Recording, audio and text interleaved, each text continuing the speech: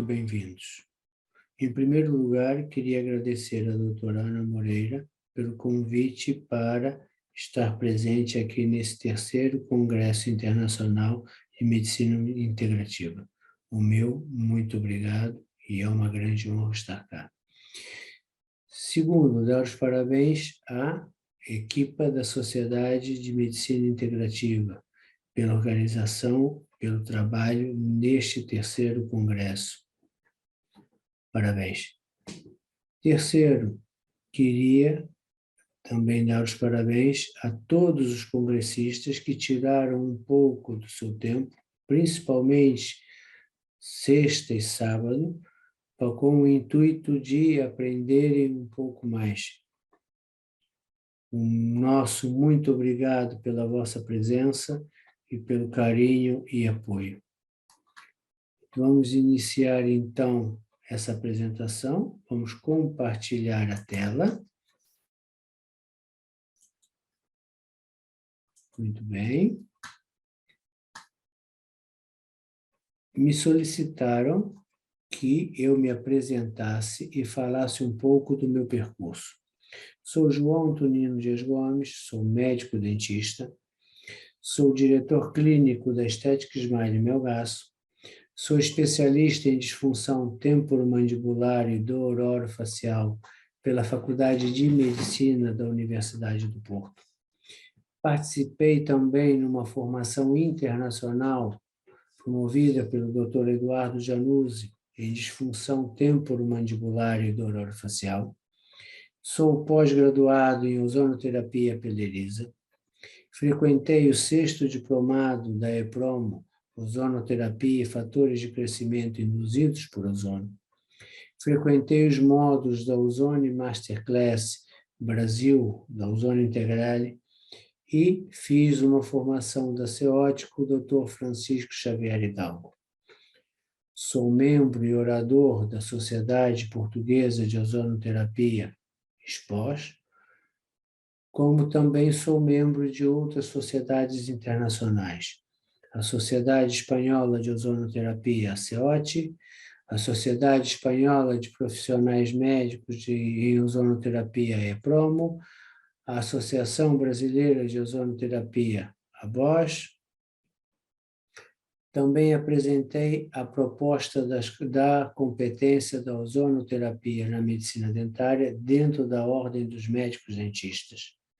E fomos apresentar aos colegas a competência no 28º Congresso da Ordem dos Médicos Dentistas. Eu, o professor doutor Fernando Moraes Branco e a doutora Ana Gonçalves. Nesta fase, a Comissão Constitutiva das Competências Setoriais da Ordem dos Médicos Dentistas estão a preparar a regulamentação geral. E em breve passaremos para a regulamentação específica da competência e a ozonoterapia na medicina dentária está num bom caminho. Iremos iniciar, então, a apresentação. Vamos tirar aqui o ponteiro para iniciar com que ela possa funcionar. Não começou ainda. Ok. Muito bem. Vamos falar, então, das consequências da utilização prolongada da máscara dentro da medicina dentária. Ou seja, se tivermos em conta que a utilização da máscara é uma obstrução mecânica, ela irá dificultar uma respiração normal. Mas então vamos definir o que é uma respiração normal. Uma respiração normal de um ser humano é feita por via nasal e permite que o ar inspirado seja filtrado, purificado, aquecido e umidificado, antes da chegada desse ar aos pulmões. Ou seja, essa respiração protege as vias aéreas superiores. E temos que ter a ideia que durante o crescimento humano também é responsável pelo desenvolvimento do complexo crâniofacial e a manutenção do que se conseguiu desenvolver. Ou seja, uma obstrução das vias aéreas superiores ou utilização das máscaras, que são obstrução mecânica, podem acabar por desenvolver um mau hábito. Ou seja, criar a necessidade de uma complementação dessa respiração nasal com uma respiração oral, desenvolvendo, assim, o síndrome do respirador oral. Ou seja, de acordo com a literatura, é raro o padrão exclusivo de respirador oral. O mais comum é uma respiração mista. Nessa respiração mista, ou seja, uma parte oral, outra parte nasal. Mas o impacto na saúde oral e geral de um indivíduo que desenvolveu o mau hábito da respiração oral e ele vai se tornar portador desta síndrome, síndrome do respirador oral. Ou seja, numa perspectiva multidisciplinar, fez-se uma rápida pesquisa bibliográfica fundamentando esta apresentação. Foi pesquisado nas bases de dados Cielo, PubMed, Go Acadêmico, e foram encontrados esses artigos seguintes que estão cá. Através da seguinte pesquisa: respirador bucal e obstrução nasal.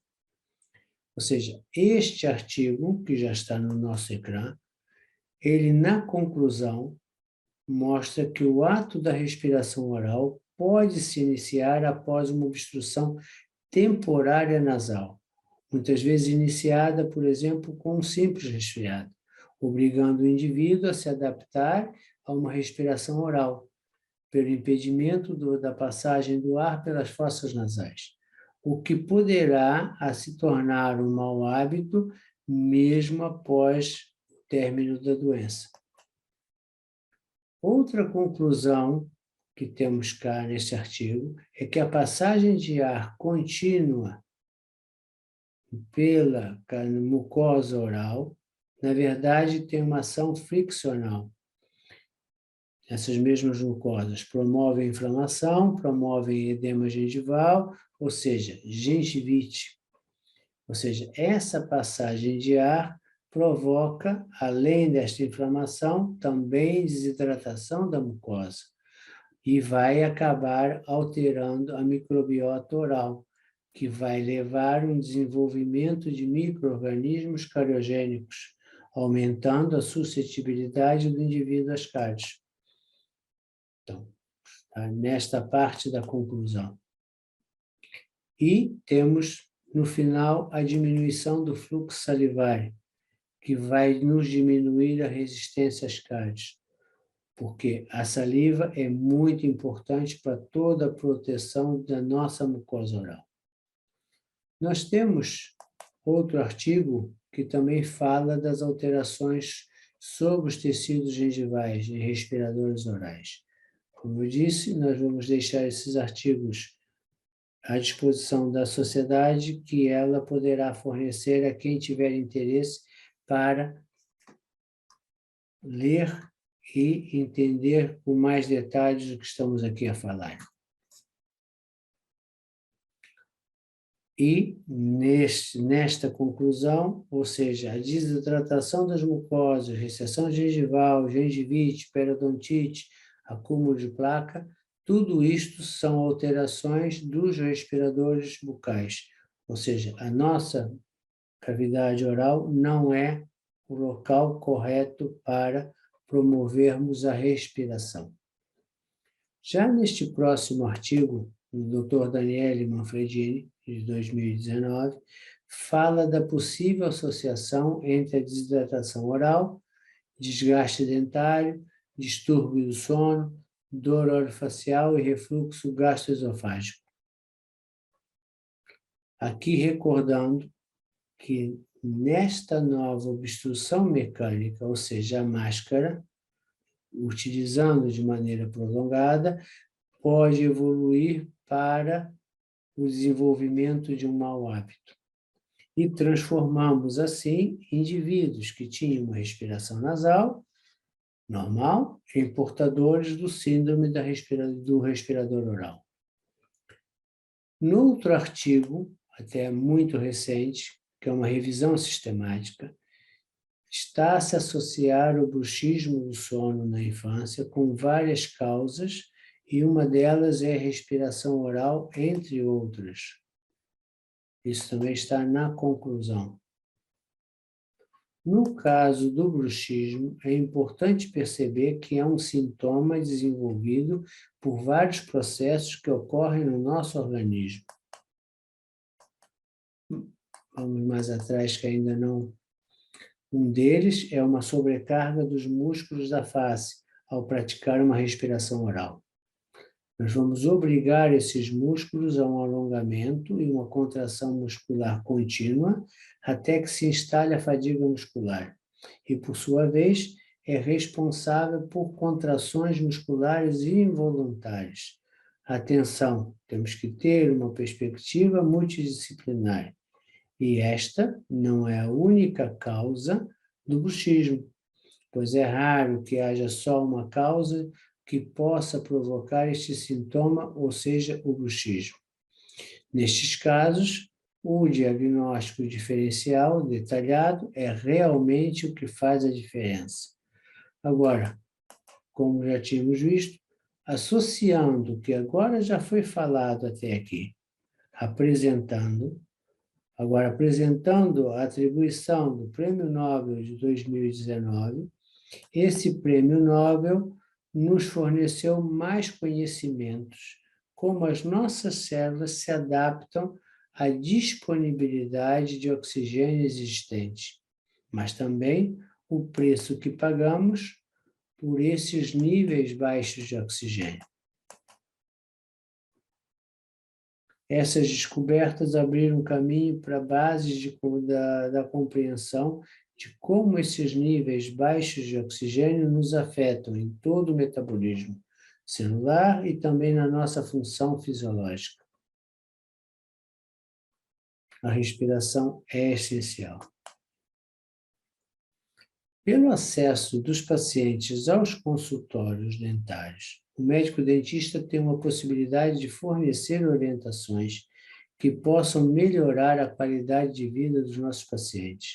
Podemos nos perguntar como amenizar essas consequências dessa obstrução mecânica, ou seja, a máscara.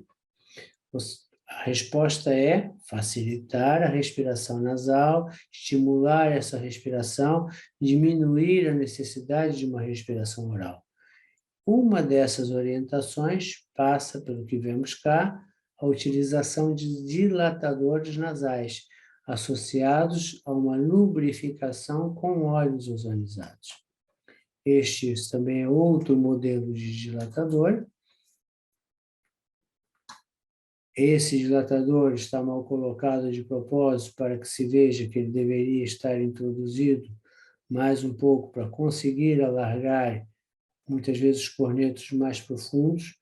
No momento, só temos esses modelos de dilatador, e isto deve estar introduzido cá para também com que não saia durante a noite.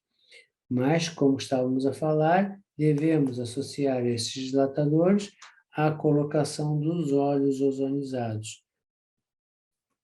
Esses óleos ozonizados, na verdade, temos uma recomendação da Declaração de Madrid, a terceira edição da Declaração de Madrid, que saiu agora em 2020, usar um óleo ozonizado de 600 IPs para a cavidade nasal. Mas, de acordo com o diagnóstico profissional, com a análise da obstrução nasal e da inflamação local, a dose deve ficar a critério do profissional. Ok?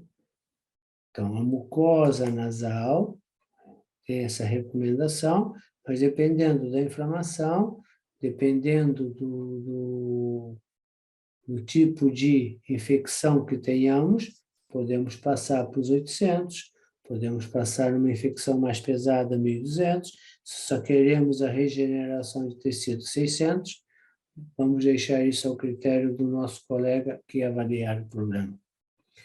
Então, hoje em dia, cada vez mais temos mais acesso a exames complementares de diagnóstico, são solicitados para vários procedimentos: cirurgia, DTM, implantologia, ortodontia, medicina dentária do sono. Chegam diversos exames às nossas mãos que podem nos facilitar, orientar como facilitar a respiração nasal do nosso paciente. E devemos ter em conta que a maioria dos casos também devemos encaminhar estes pacientes para especialidades como otorrinolaringologia, a pneumologia, medicina e medicina dentária do sono, quando os achados imagiológicos justifiquem.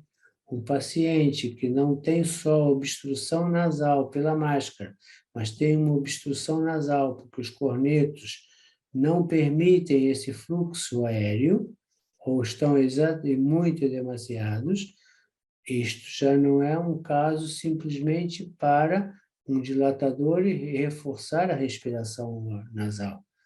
Esse paciente, o dilatador vai ajudá-lo bastante, mas esse paciente, quando apresenta obstrução desses cornetos, secreção ou sintomas de sinusite nos seios paranasais, volume aéreo superior com estreitamento na região da laringe, o diagnóstico diferencial apresenta sintomas de roncopatia ou apneia do sono, o dilatador deve ser o tratamento inicial para facilitar ligeiramente a respiração, até o paciente chegar à consulta da otorrinolaringologia ou de outra especialidade da área. A própria pneumologia, dependendo do que seja, com os CPAPs, resolve também algumas situações. Também podemos melhorar a sua qualidade respiratória, se introduzirmos, na verdade, a lavagem nasal como uma intervenção periódica para a promoção do seu estilo de vida saudável. Essa limpeza da mucosa nasal vai retirar uma série de impurezas que não devem estar em contato prolongado com essa mucosa. Afinal, no momento que temos tantos micro-organismos patogênicos, tanta poluição, estamos muito sensíveis a vários elementos que promovem as alergias. A limpeza da mucosa nasal deve ser estimulada para promover uma saúde oral adequada. Não devemos deixar essas secreções, todas essas impurezas que estão dentro da nossa cavidade nasal. Essa mucosa merece ser limpa. Temos aqui, neste caso, nesse TAC, uma obstrução do seio paranasal com secreção. Aqui temos esses cornetos, um bastante demasiado, bastante volumoso, e este com uma passagem de ar, uma ventilação bem razoável. A nossa microbiota intestinal é formada por milhões de bactérias. É importante manter uma microbiota saudável porque cumpre funções essenciais para o nosso organismo e ajuda o nosso sistema imunitário. Foi demonstrado que tomar probióticos específicos ajuda a manter o bom estado da microbiota intestinal e, portanto, a nossa saúde.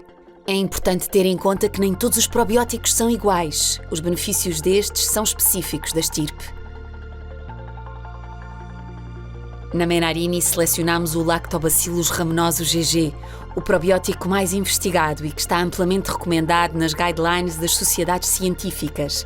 Tem o maior nível de evidência em 2 transtornos gastrointestinais muito frequentes, a diarreia associada a antibióticos e a gastroenterite aguda. Mas não é apenas a estirpe que é importante.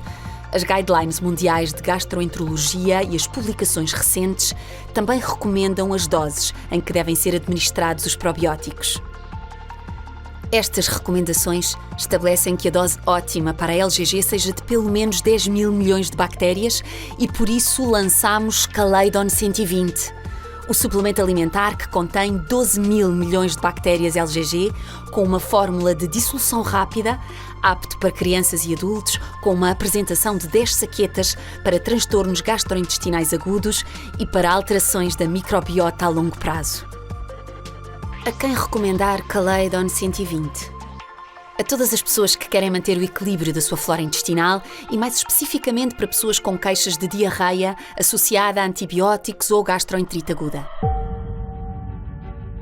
Caledon 120 é o seu produto de referência para manter o equilíbrio da flora intestinal de todos os seus utentes. Menarini Portugal. Consumer Healthcare.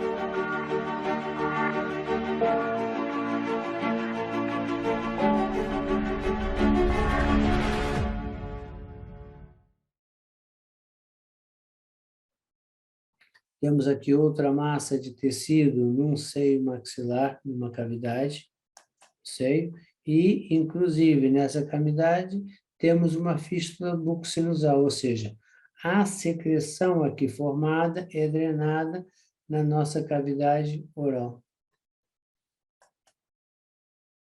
Aqui explica um pouquinho por que as cavidades produzem o muco e o que elas são revestidas.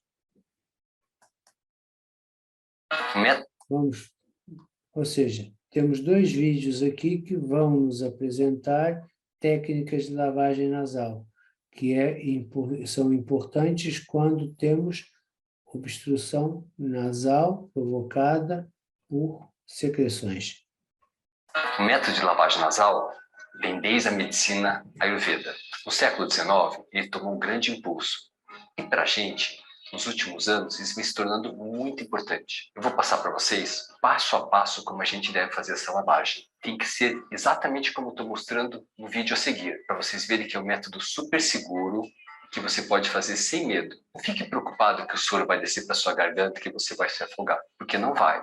Segue os passos que eu vou te mostrar. Sempre você deve usar soro fisiológico ou Ringer lactato, que é um soro que você compra em lojas de produtos médicos, mas você também pode usar água fervida, sempre fervida, ou filtrada. Você deve pegar essa solução aquosa que você escolheu e acrescentar sempre 2 colheres de chá de sal e 1 colher de chá de bicarbonato. O sal vai fazer que a solução fique um pouco mais hipertônica. E o bicarbonato vai melhorar o pH dessa sua água. Após o preparo dessa solução, você sempre deve aquecê-la. Sempre faz a lavagem nasal com soro morno.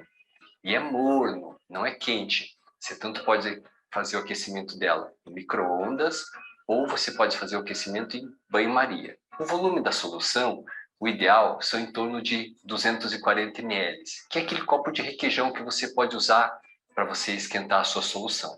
Tem vários métodos de você fazer a lavagem nasal. Você pode comprar uma chaleirinha, que a gente chama de lota. Ela é muito boa. Ou você pode usar um frasco, que é como eu vou demonstrar no vídeo para vocês. Ou mesmo uma seringa. O ideal é que essa seringa seja de 60 ml. Então vamos lá, passo a passo agora. O meu frasco, ele já está com o soro morno. Eu chego na bancada agora, inclino a minha cabeça, olhando para o ralo da pia. Viro ela levemente para o lado onde eu vou, lado contralateral, onde eu vou jogar o soro. Então, se eu vou jogar o soro na minha narina do meu lado direito, a minha orelha do meu lado esquerdo vem em direção ao meu ombro. Abro a boca, é muito importante abrir a boca, porque a boca aberta não deixa que o soro vá para trás na sua garganta. Inclina a cabeça, gira um pouquinho para o lado, abre a boca e despeja no seu nariz. Qual que é a grande importância dessa lavagem nasal? Mediadores inflamatórios de doenças crônicas no nariz, ou mesmo da rinite alérgica, com essa lavagem a gente consegue remover eles da cavidade nasal. Isso deixa a sua cavidade nasal e seus seios da face mais limpos. O bicarbonato, ele tem uma função enzimática, que ele ajuda também a remover mais essa sujeira que fica presa dentro do seu nariz. A lavagem é muito segura. A gente usa em pós-operatório, usa em sinusite crônica, usa em rinite e principalmente em criança e em idade escolar, que pega muita infecção de via aérea superior de repetição. A lavagem nasal tira todas as bactérias e vírus que possivelmente pode causar infecção nasal. Faça a lavagem nasal. É um método simples, seguro e altamente eficaz, evitando assim que você tome muitos medicamentos para doenças do dia a dia da gente. Este outro vídeo apresenta a lavagem nasal feita em crianças. Vamos reparar que a seringa tem uma ponta Luer Look, é muito mais fácil de adaptar às narinas do que a nossa seringa tradicional. Vamos ver esse vídeo. O quê? Mostra para o pessoal. Uma seringa com soro dentro, né? Rafaela tem 4 anos, então estou usando 10 ml de soro. Mas eu gosto muito de limpar o nariz. Isso, e aí a gente vai mostrar para vocês como é que a gente limpa o nariz, né? Vem com a gente. Inclina para frente, para o lado e aplica.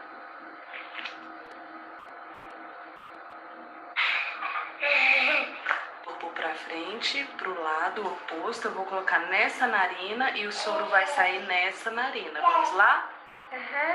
1, 2, 3 e...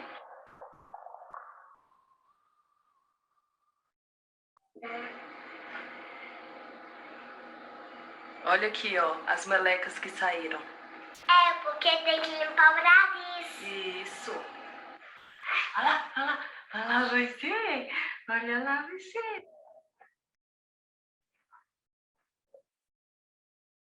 Com tanta secreção, é muito difícil. Qualquer pessoa respirar. O outro lado.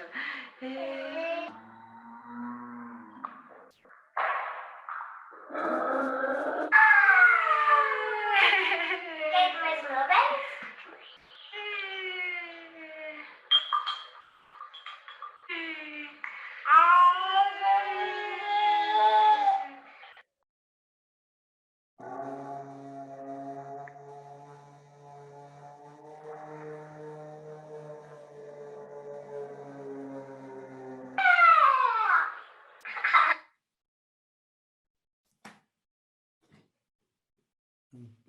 Mesmo em crianças pequenas, os pediatras já recomendam com muita frequência a lavagem nasal. É de bom tom. Uma boa prática, na verdade.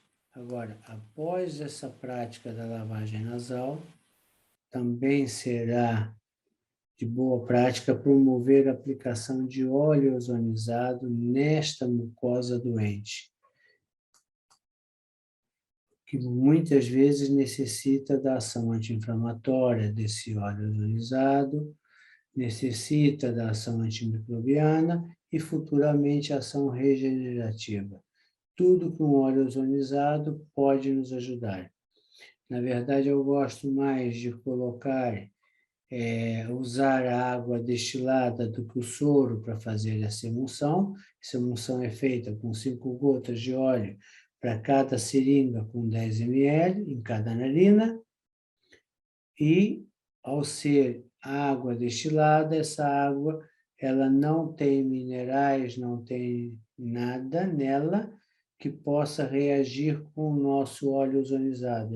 Esse óleo vai reagir, na verdade, dentro da mucosa.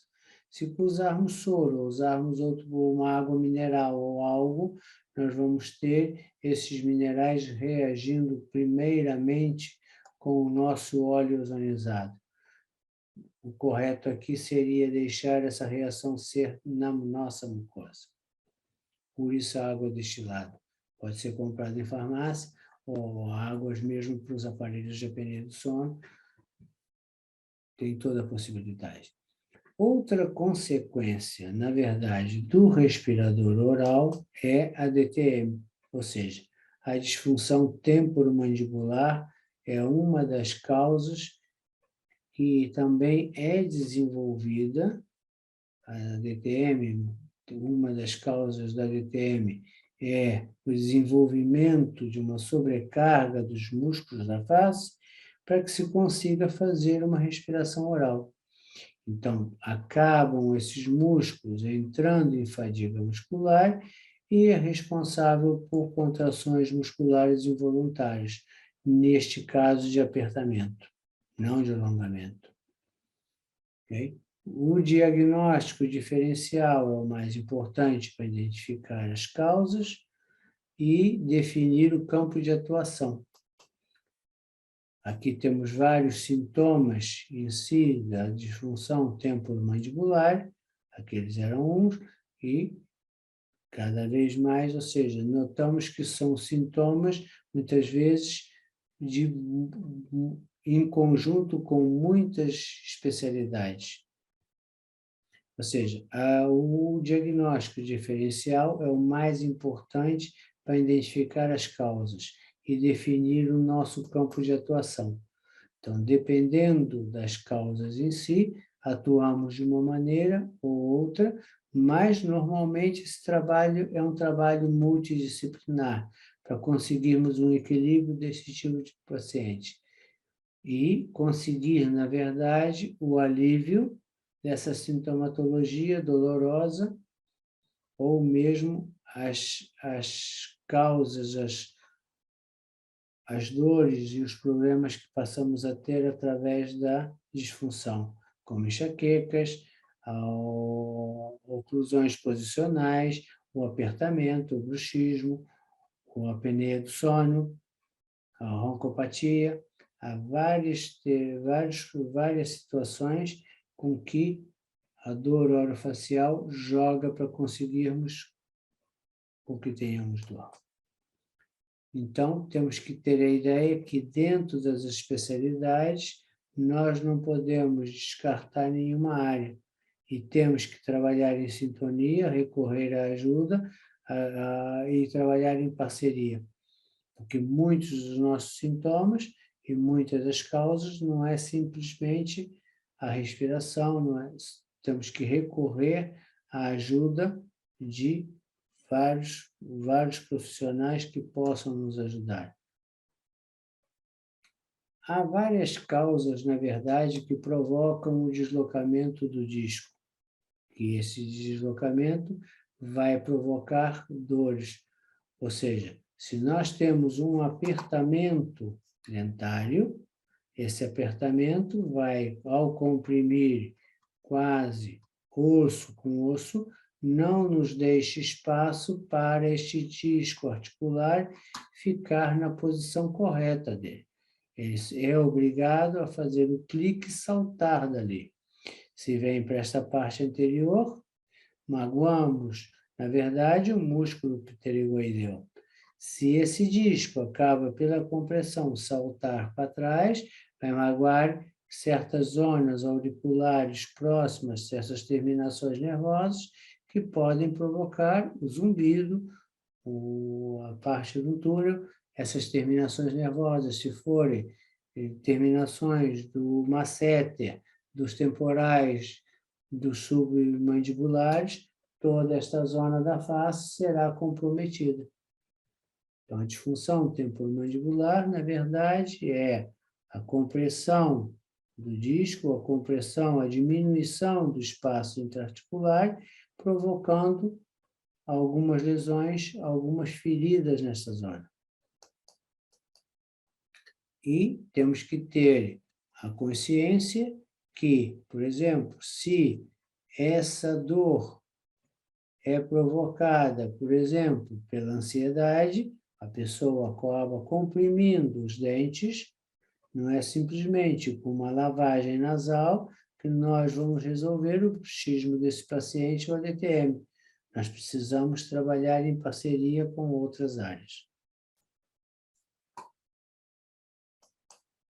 Aqui, para ganharmos o espaço da articulação em si, superior, podemos fazer sempre uma infiltração com ozônio, que numa dose anti-inflamatória vai aliviar muito a sintomatologia dolorosa, mas temos que ter a noção que o tratamento da DTM passa por conseguir esse espaço intra-articular, sem termos sobrecargas musculares, ou seja, o músculo aguenta cargas, mas não aguenta sobrecargas. A partir daí, começamos com mais apertamento.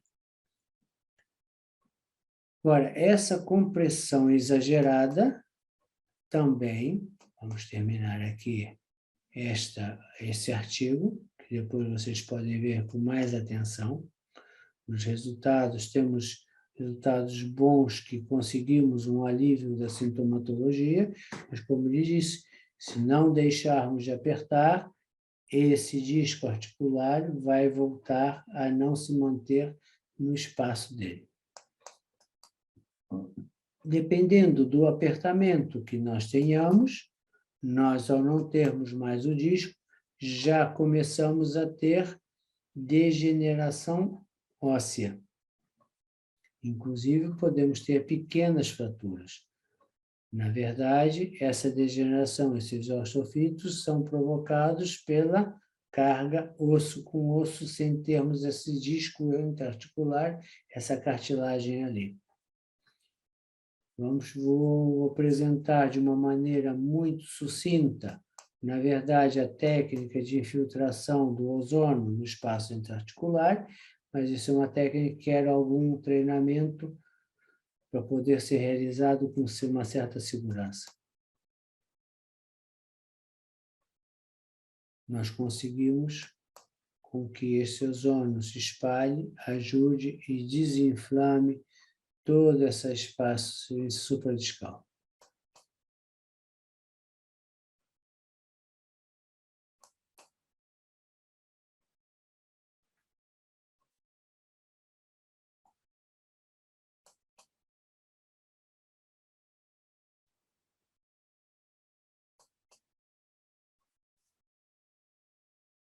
Temos aqui a localização do tragus ao infraorbitário, conseguindo que tenhamos, então, a localização perfeita para poder fazer a infiltração.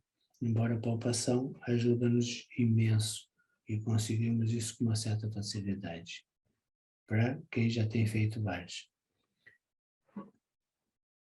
Outro tipo de obstrução respiratória que dificulta a compensação noturna, porque muitas vezes nós compensamos a respiração deficiente, a má respiração diurna, com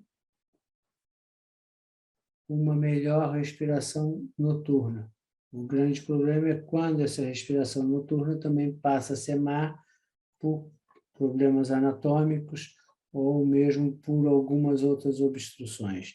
Mas temos que ter ideia que a utilização da máscara ainda está para durar, nós temos que, dentro das nossas possibilidades, estimular uma respiração nasal, que essa obstrução mecânica é uma obstrução que vai nos dificultar e desenvolver maus hábitos. Então, a análise do volume das vias aéreas superiores é importante. E nós passamos a ter, mesmo que este paciente tenha uma pequena queda da língua, com esta passagem, esse fluxo, ele vai continuar tendo passagem para o ar sem grandes problemas. Muito diferente deste paciente, que qualquer queda da língua ou algo tem, na verdade, um fluxo aéreo muito inferior. Então, a imagem em si, a imagiologia, nos complementa muito a avaliação dos doentes com roncopatia e apneia do sono. Já não é só a máscara que aqui interfere.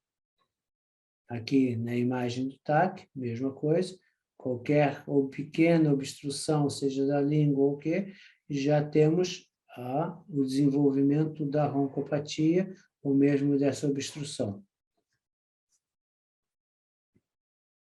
Ou seja, nós vamos aqui ter um vídeo que pode nos mostrar um pouco, orientar melhor o que estamos a falar.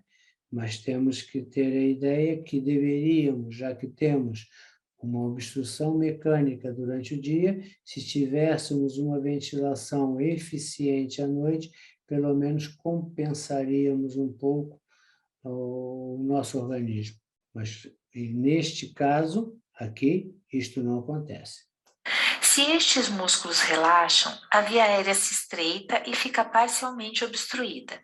O ar passando por este espaço reduzido faz com que os tecidos moles vibrem, causando dificuldades respiratórias e o som do ronco. Se esses músculos relaxam ainda mais, a via aérea fica completamente fechada, impedindo a respiração, mas o esforço de respirar continua. Após um período de tempo, geralmente são 10 segundos, o cérebro sente a falta do oxigênio, então acorda a pessoa para que ela volte a respirar. Este ciclo pode se repetir mais de 100 vezes durante a noite, causando a fragmentação do sono. Ou seja, um dispositivo que é capaz de ajudar com que haja um avanço mandibular e amenize um pouco essa obstrução é um aparelho que se chama DAM, dispositivo de avanço mandibular. Ou seja, são dispositivos que avançam a mandíbula sem provocar a fadiga muscular, aumentando o volume da via aérea. Então, o que nós temos aqui de uma obstrução da via aérea, quando nós avançamos esta mandíbula de cá para cá, nós já passamos a ter uma passagem, um volume aéreo diferente, mas temos que ter a ideia que se passarmos a noite inteira com esse esforço, nós vamos ter fadiga muscular. Então, a função deste aparelho é aumentar mais pela altura e fazer o avanço mandibular sem, na realidade, sobrecarregar músculos.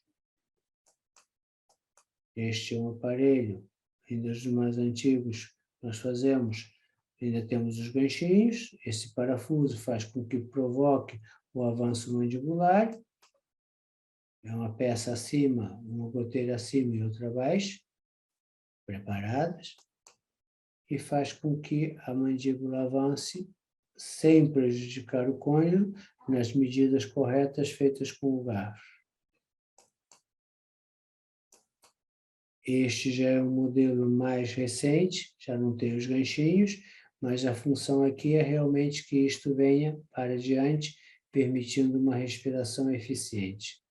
Quando as apneias são leves ou moderadas, em alguns casos moderadas, ou a roncopatia, isto resolve muito bem, porque ganhamos espaço na via aérea superior.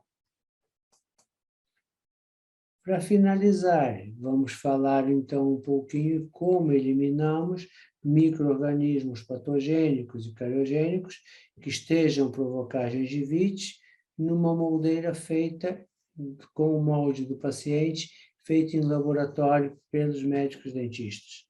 Ou seja, nós podemos insuflar o ozono nessas 3 zonas aqui, essa moldeira é totalmente lacrada para que esse ozono não vaze para a cavidade oral, ok?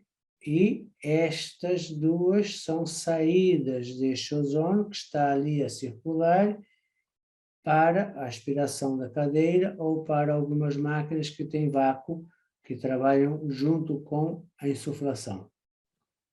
É uma maneira eficiente de resolver essa situação.